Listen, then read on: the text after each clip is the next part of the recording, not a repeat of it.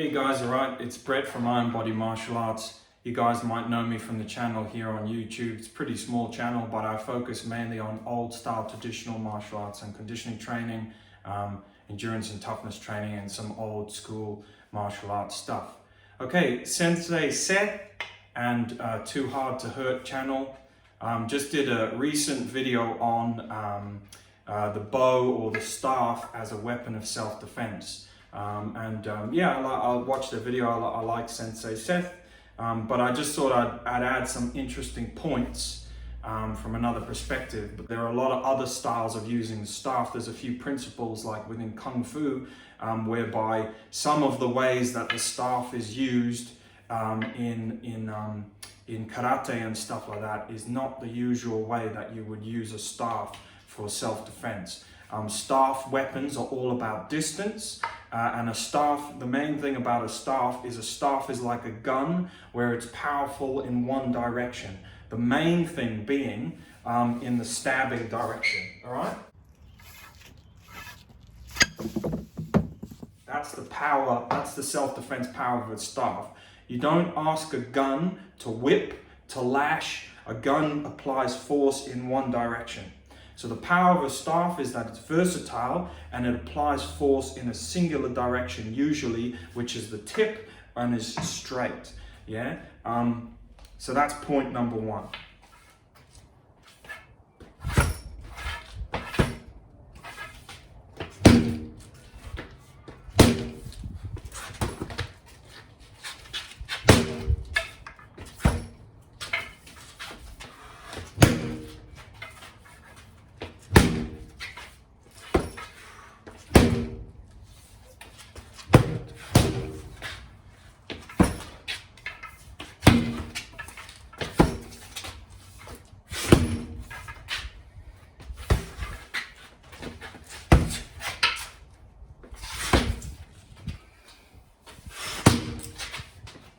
Okay, point number two is that the kind of staff the guys were showing is a practice training staff. It's a red oak staff, usually in a real life or whatever, a red oak staff is not such a staff that you would have. Yeah, it breaks, it's not very strong, it's just a training weapon. So don't get confused between a training weapon and the real thing. So here is more like the base level of what you might carry. So this is a hickory hoe handle. Yeah, so this is about a 4-foot hickory staff. It weighs probably a bit more than a kilo or something like that. It depends on the type of wood. But this is a staff that you could block with, you could strike with, yeah, and you can hit with, even if you hit with the very end, and this staff is not going to break. Yeah, so this is more like a staff you'd have. There's lots of woods famed for their flexibility, for their toughness, dark woods, African woods. But also don't get confused between a crappy red oak shit staff that you would never use and perhaps the real thing that you might use in antiquity. Yeah, which is something a bit more nasty like this. Yeah. Another thing the guys didn't touch on either, and it's not a problem, I'm just adding my points in here. Another thing the guys didn't touch on is rattan. Yeah, so here is a rattan staff. Now this thing is nearly like indestructible, and the power of a rattan staff is in the whipping. Yeah. Yeah, but rattan staffs still have striking power at the tip, but then they have horrible whipping power if you use the full length. Yeah, and this again is something you need to know with the staff. Yeah, a staff is about distance. Since time immemorial, when they were invented, staff weapons are about gaining distance from your opponents. And that's another thing I think these guys should have mentioned, because a lot of what they were talking about was stuff kind of here. I believe Icy Mike held the staff. He did one really good attack with the staff, but he was kind of joking and he was like, "Oh, you're not really going to do this." But if you look at the old Kung Fu forms and stuff like that, that is exactly what you're going to do with the staff. And for instance, like a flexible rattan staff, you're going to use the full distance of the staff, you're going to fling it at its full extension, and you're going to whip at someone's body with it. And that's going to multiply the forces of you holding it by the length of the staff using simple physics, and it's going to hit them, it's going to hurt like hell. I'll show you guys some examples on my martial arts bag, my bag. But let's have a look at how powerful the staff can be. So at close range, you would jab your opponent with the tip to gain distance, or if you were far away from them, you could still do this. Once you gain distance and push them back, you can then use the swinging attacks that you can see here to attack the ankles, the head, the wrists, anything like that that would be holding another weapon or knife or whatever.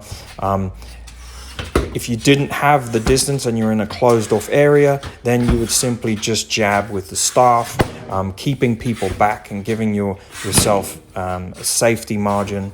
And of course, you wouldn't do any of the swinging attacks because you wouldn't have room to do them. But just jabbing alone, you'd still be more powerful than your fists and still be safer for your hands and your body if the other person was armed with a knife, a sword, a machete, a club, a baseball bat, or anything like that.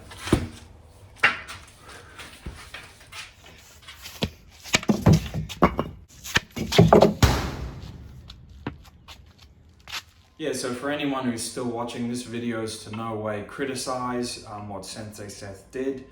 He said that the bow staff or Joe staff or staffs are one of his favorite weapons. And yeah, they're also one of my favorite weapons that I've done lots of training with. I'm a bit rusty these days, but it is one of my favorite weapons. As a self-defense tool, and this was the very end of their video, the main thing was how can these fare as a modern self-defense tool? And obviously, I've got to agree with them with regards to the distance. The main thing they focused on was the distance and kind of carryability, concealability. So not very concealable, not very whatever. You can't, So those I have to agree with them on all those things. But I would have to say that the stick itself has been around since the dawn of time. So for that alone, I have to qualify it as one of the ultimate and best self-defense tools. These days, if someone really wanted to, they could still carry a stick, a walking cane or something, a walking stick. There'd be no problems with that. Carrying it around in the street or for your day-to-day commute, it's not going to happen. In your home, well, like I said, I've got this in my home. It's just a tool. But yeah, ultimately, if someone came into my home with a knife or something like that, I could arm myself with this, and it would actually be better than a baseball bat as a self-defense tool for me, because I could keep them at a distance. And the main thing I said to you guys is I could hold that center line, and also I could use this power of the striking tip. And that's the main power, the power of the striking tip. So even although Icy Mike and them said the main problem is distance, well, you can hold a stick like this, and it's only got this much distance. You can still strike and punch with it. You can move still in this kind of area. So this is just literally like a few 12, 24 inches from my body, and you can still get a lot of force with it. If I was to go up against someone with a knife, I would feel very happy having this more so than a baseball bat. And because I've got more distance, if they came in my front door or something like that and they were coming at me, I would be confident that that some downward strikes, sideways strikes would injure the bones of the hand. And this is another thing that you attack with a lot. You might have seen some of my strikes there that I was doing low. They were like strikes for the shin, strikes for the ankle, strikes for the hand bones. Those sorts of whipping strikes to those targets cause a lot of damage to those targets. It's traditionally used in jiu-jitsu to crack and damage and break those areas of a person. And you'll have to forgive my demonstration. It's a little bit, what would you say? It's a little bit exaggerated, yeah, because really you'd try and be a lot more relaxed with it. But I was just trying to show you guys how you can sort of easily get a lot of power into those strikes. The main strikes, no one's listening to this anymore, but the main things you've got to realize with this is it's just keeping it simple. You're not trying to twizzle it and spin it like the whatever. You're not trying to do the twizzles and spins, but what you can do is do simple motions like that, using the length of the staff. So the staff's down here, or it's relaxed, it goes to the floor, you raise it up, and this is a strike under the chin, this is a strike to the side of the head, and again, I'm using that distance, yeah? So if someone was over there with a knife, this would be a strike up with the body weight, this would be a strike to the person, to the head or temple, arms. You can strip weapons from people. If they come in close, you can recover the staff. You can withdraw and strike, which is giving you that distance. But also you can clear at close range. You can clear an attacker easily with such things as this. Even if they grab the staff, twisting motions like this, your leverage will always be better than them. Or old style bayonet drills that are as old as the hills, and police officers and stuff might know, where you're shunting them away, shunting, or even downward shunts that go to the bones and stuff like that. But mainly, the strength of it is in the tip. Yeah, and you guys saw the brick demonstration. So if someone's coming in my home, although people are different to bricks, the bricks are hard, people are soft and absorbent.